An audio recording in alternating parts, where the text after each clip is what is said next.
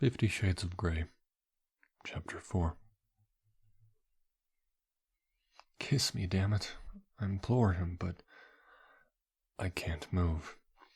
I'm paralyzed with a strange, unfamiliar need, completely captivated by him. I'm staring at Christian Grey's exquisitely sculptured mouth, mesmerized, and he's looking down at me, his gaze hooded, his eyes darkening. He's breathing harder than usual, and I've stopped breathing altogether. I'm in your arms. Kiss me, please. He closes his eyes, takes a deep breath, and gives me a small shake of his head, as if in answer to my silent question. When he opens his eyes again, it's with some new purpose, a steely resolve. Anastasia, you should steer clear of me. I'm not the man for you, he whispers. What? Where's this coming from? Surely I should be the judge of that. I frown up at him, and my head swims with rejection. Breathe, Anastasia, breathe. I'm going to stand you up and let you go, he says quietly, and he gently pushes me away. Adrenaline spiked through my body, from the near miss with the cyclist or the heady proximity to Christian, leaving me wired and weak. No! My psyche screams as he pulls away, leaving me bereft. He has his hands on my shoulders, holding me at arm's length, watching my reactions carefully. And the only thing I can think is that I want to be kissed. Made it pretty damned obvious, and he didn't do it. He doesn't want me. He really doesn't want me. I have royally screwed up the coffee morning.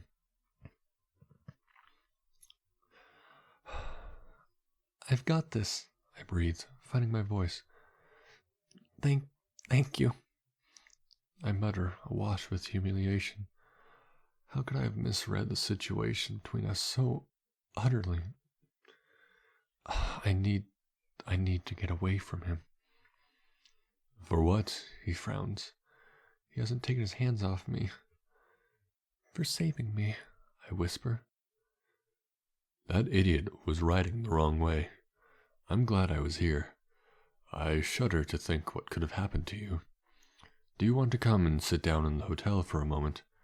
He releases me, his hands by his sides, and I'm standing in front of him, feeling like a fool. With a shake, I clear my head.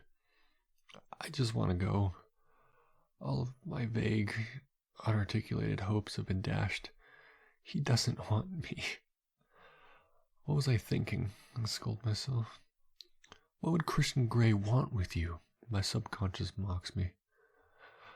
I wrap my arms around myself and turn to face the road, and note with relief that the green man has appeared. I quickly make my way across, conscious that Grey is behind me. Outside the hotel, I turn briefly to face him, but cannot look him in the eye. Thanks for the tea and doing the photo shoot, I murmur. Anastasia, He stops, and the anguish in his voice, it demands my attention, so I peer unwillingly up at him. His gray eyes are bleak as he runs his hand through his hair. He looks torn, frustrated, his expression stark. All his careful control has evaporated. What, Christian? I snap irritably after he says nothing. I just want to go. I need to take my fragile, wounded pride away and somehow nurse it back to health. Good luck with your exams, he murmurs. Huh. This is why he looks so desolate. This is the big send-off. Just wish me luck in my exams? Thanks. I can't disguise the sarcasm in my voice. Goodbye, Mr. Grey. I turn on my heel, vaguely amazed that I don't trip, and without giving him a second glance, I disappear down the sidewalk toward the underground garage. Once underneath the dark, cold concrete of the garage, with its bleak fluorescent light, I lean against the wall and put my head in its hands. What was I thinking? Unbidden and unwelcome tears pool in my eyes. Why am I crying? I sink to the ground, angry at myself for this senseless reaction. Drawing up my knees, I fold in on myself. I want to make myself as small as possible. Perhaps this nonsensical pain will be smaller the smaller I am. Placing my head on my knees, I let the irrational tears fall unrestrained. I am crying over the loss of something I never had. How ridiculous. Mourning something that never was. My dashed hopes, dashed dreams, and my soured expectations. I have never been on the receiving end of rejection. Okay, so I was always the last to be picked for basketball or volleyball, but I understood that. Running and doing something else at the same time, like bouncing or throwing a ball, it's not my thing. I'm a serious liability in any sporting field. Romantically, though, I'd never put myself out there, ever. A lifetime of insecurity. I'm too pale, too skinny, too scruffy, uncoordinated. My long list of fault goes on. So I've always been the one to rebuff any would-be admirers. There was that guy in my chemistry class who liked me, but no one ever sparked my interest. No one except Christian damn Grey.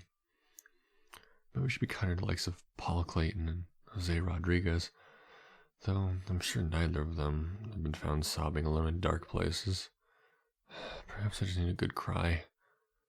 Stop now. My subconscious is metaphorically screaming at me, arms folded, leaning on one leg and tapping her foot in frustration. Get in the car, go home, do your studying, forget about him. Now. And all this self-pitying, wallowing crap. Ugh. I take a deep, steadying breath. And stand up. Get it together, Steele. I head for Kate's car, wiping the tears off my face as I do. I will not think of him again. I can just chalk this incident up to experience and concentrate on my exams. Kate is sitting at the dining table at her laptop when I arrive. Her welcoming smile fades when she sees me. Anna, what's wrong? Oh no, not the Catherine Kavanaugh Inquisition. I shake my head at her in a back off now Kavanaugh way, but I might as well be dealing with a blind deaf mute. You've been crying. She has an exceptional gift for stating the damned obvious sometimes. What'd that bastard do to you? She growls in her face. Oh jeez, she's scary. Nothing, Kate. That's actually the problem. The thought brings a wry smile to my face. Then why have you been crying? You never cry, she asks, her voice softening. She stands, her green eyes brimming with concern. She puts her arms around me and hugs me. I need to say something just to get her to back off. I was nearly knocked over by a cyclist. It's the best I can do, but it distracts her momentarily from him. Geez, Anna, are you okay? Were you hurt? She holds me at arm's length and does a quick visual checkup on me. No, Christian saved me, I whisper, but I was quite shaken. I'm not surprised. How is coffee? I know you hate coffee. I had tea. I was fine. Nothing to report, really. I don't know why he asked me. He likes you, Anna. She drops her arms. Not anymore. I won't be seeing him again. Yes, I managed to sound matter-of-fact. Oh? Crap. She's intrigued. I head into the kitchen so that she can't see my face. Yeah, he's a little out of my league, Kate. I say it as dryly as I can manage. What do you mean? Oh, Kate, it's obvious. I whirl around and face her as she stands in the kitchen doorway. Not to me, she says. Okay, he's got more money than you. But then he has more money than most people in America. Kate, he's... I shrug. Anna! For heaven's sake, how many times must I tell you? You're a total babe. She interrupts me. Oh no, she's off on this tirade again. Kate, please, I need a study. I cut her short. She frowns. Do you want to see the article? It's finished. Jose took some great pictures. Do I need a visual reminder of the beautiful Christian I don't want you gray? Sure. I magic a smile on my face and stroll over to the laptop. There he is, staring at me in black and white, staring at me and finding me lacking. I pretend to read the article, all the time meeting his steady, gray gaze, searching the photo for some clue as to why he's not the man for me. His own words to me, and it's suddenly blindingly obvious. He's too gloriously good looking. We are poles apart, and from two very different worlds. I have a vision of myself as Icarus, flying too close to the sun and crashing and burning as a result. His words make sense. He's not the man for me. This is what he meant. And it makes his rejection easier to accept. Almost. I can live with this. I understand. Very good, Kate, I manage. I'm going to study. I'm not going to think about him right again. I can't think about him again. I vow to myself. And opening my revision notes, I start to read. It's only when I'm in bed trying to sleep that I allow my thoughts to drift through my strange morning. I keep coming back to the I don't do the girlfriend thing quote, and I'm angry that I didn't pounce on this information sooner, when I was in his arms mentally begging him with every fiber of my being to kiss me. He said it there and then. He didn't want me as a girlfriend. I turn onto my side. Idly, I wonder if it's perhaps he's celibate. I close my eyes and begin to drift. Maybe he's saving himself. Well, not for you, my sleepy subconscious has a final swipe at me before unleashing itself on my dreams. And that night, I dream of gray eyes, leafy patterns in milk, and I'm running through dark places with eerie strip lighting. And I don't know if I'm running towards something or away from it. It's just not clear. I put my pen down. Finished. My final exam is over. I feel the Cheshire Cat grin spread over my face. It's probably the first time all week that I've smiled. It's Friday, and we shall be celebrating tonight. Really celebrating. I might even get drunk. I've never been drunk before.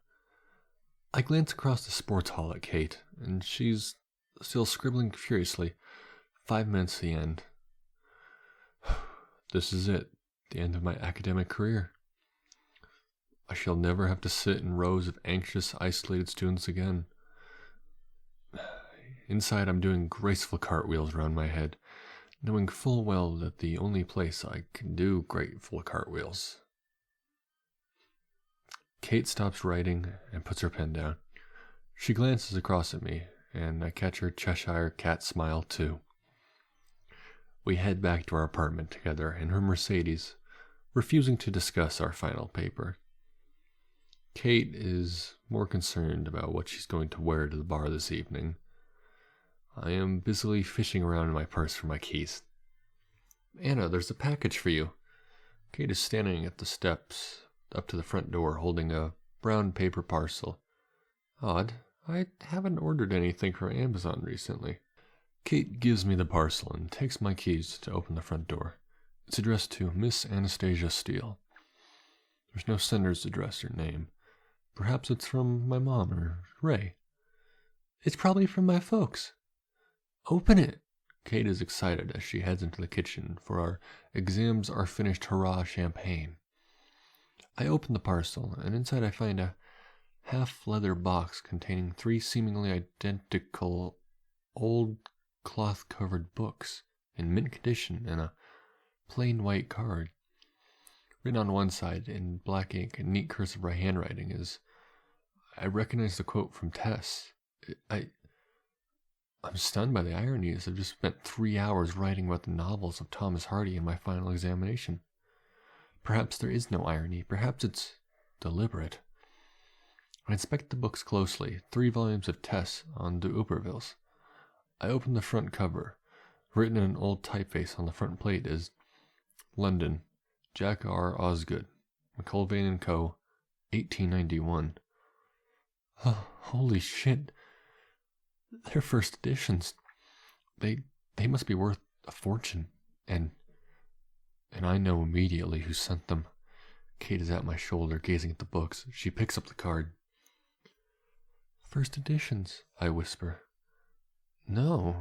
Kate's eyes are wide with disbelief. Gray. I nod.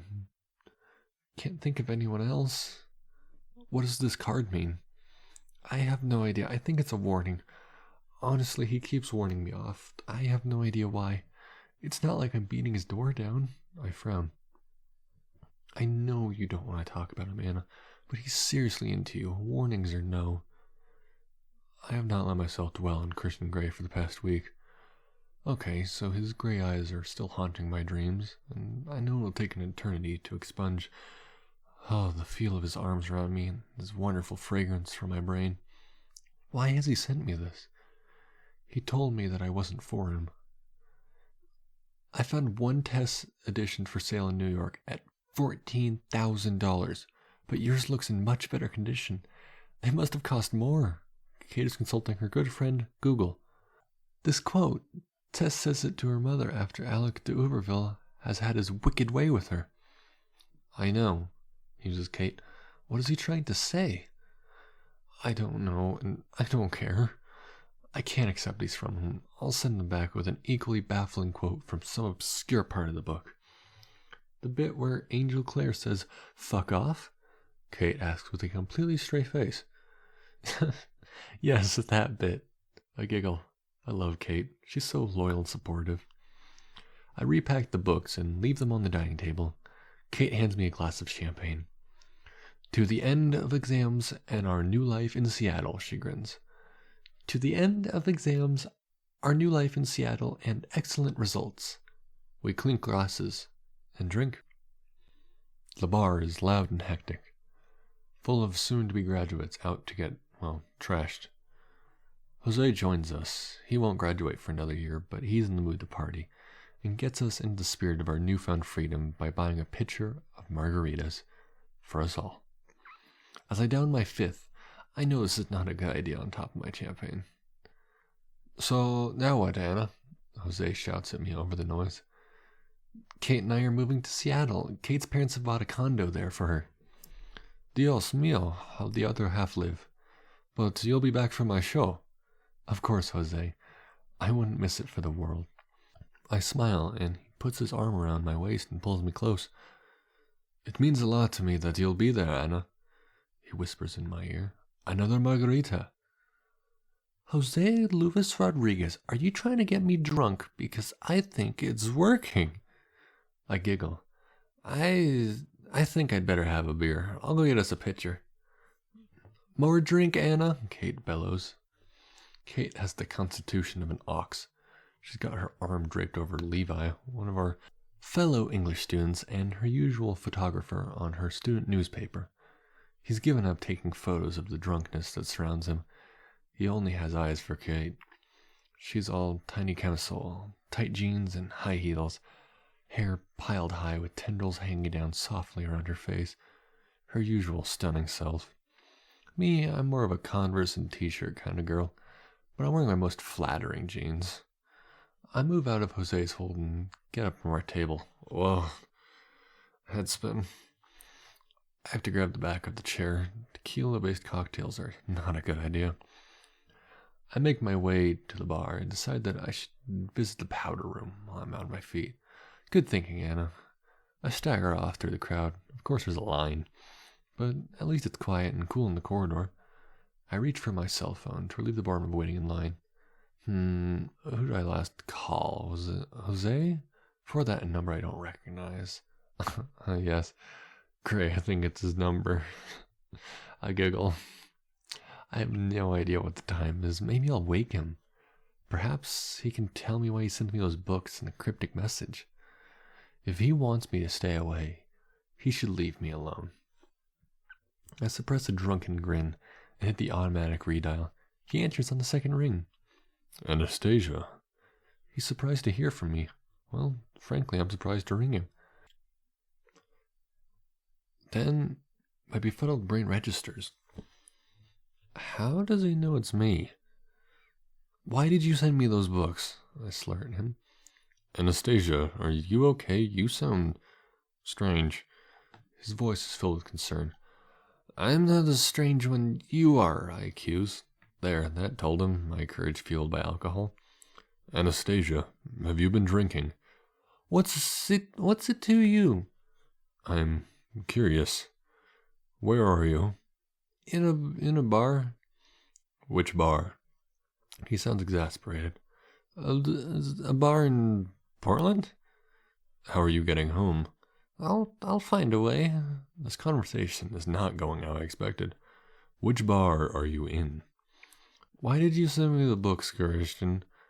Anastasia, where are you? Tell me now. His tone is so dictatorial, his usual control freak. I imagine him as an old-time movie director wearing jumpers and holding an old-fashioned megaphone and a riding crop. The image makes me laugh out loud. You're so domineering, I giggle. Anna, so help me. Where the fuck are you? Christian Grey is swearing at me. I giggle again. I'm in Portland. It's a long way away from Seattle. Where in Portland? Good night, Christian. Anna? I hang up. Huh. Though he didn't tell me about the books. I frown. Mission not accomplished. I am really quite drunk. My head swims uncomfortably as I shuffle with the line. Well, the object of the exercise was to get drunk. I have succeeded. This is what it's like. Probably not an experience to be repeated. The line is moved, and it's now my turn. I stare blankly at the poster on the back of the toilet door that extols the virtues of safe sex. Holy crap, I did just call Christian Grey.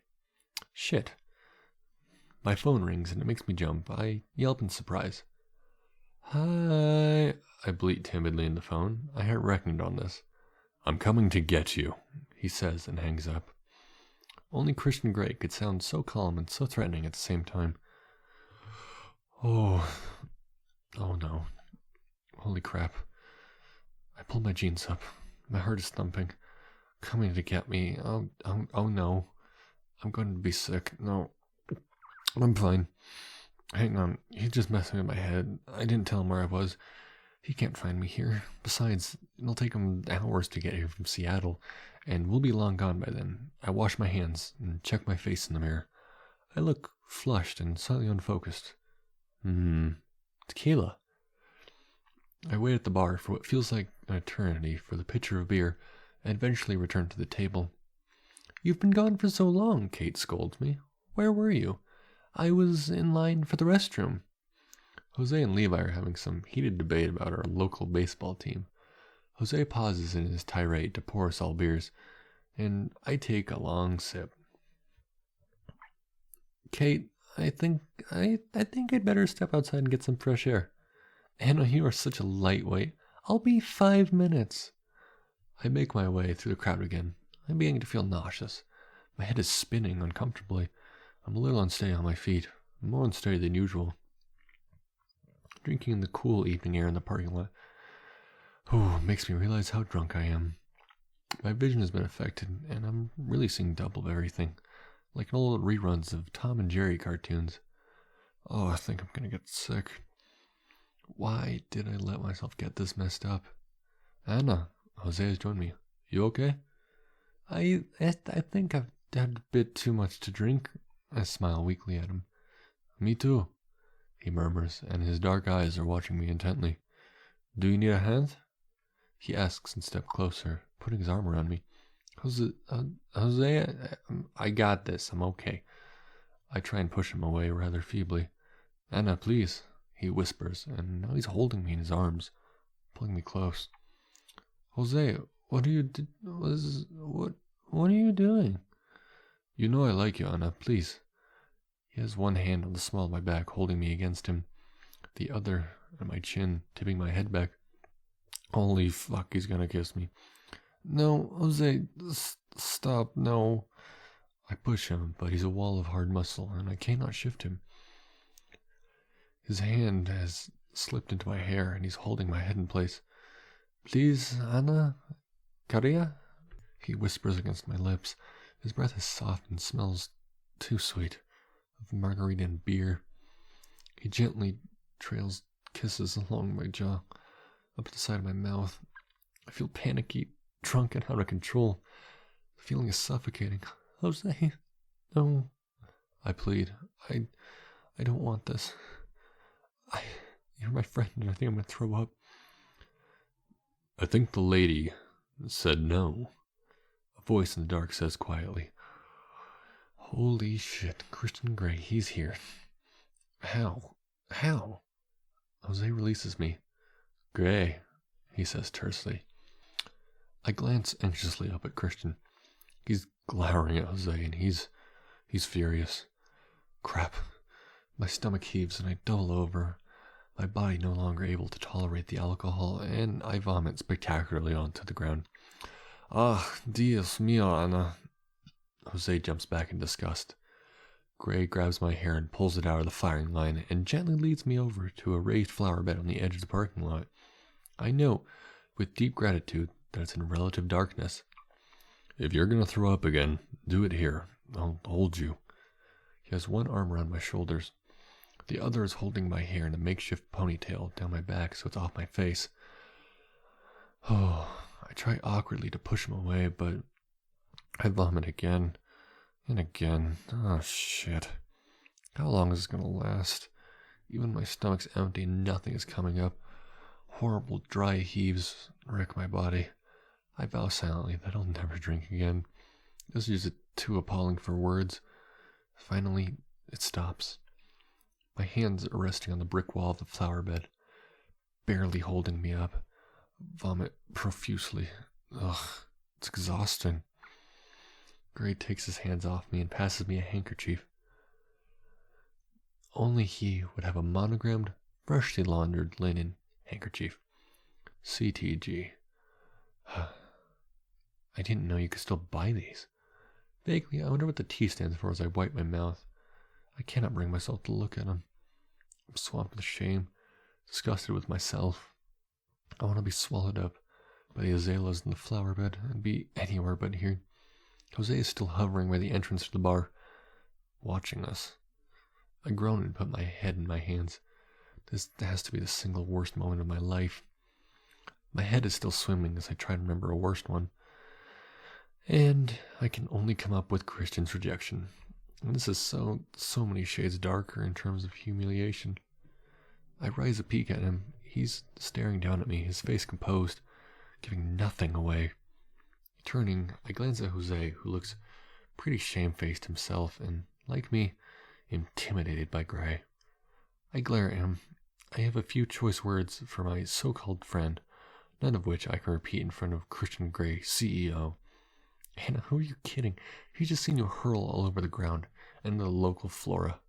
There's no disguising your lack of ladylike behavior. I'll see you inside, Jose mutters. We both ignore him.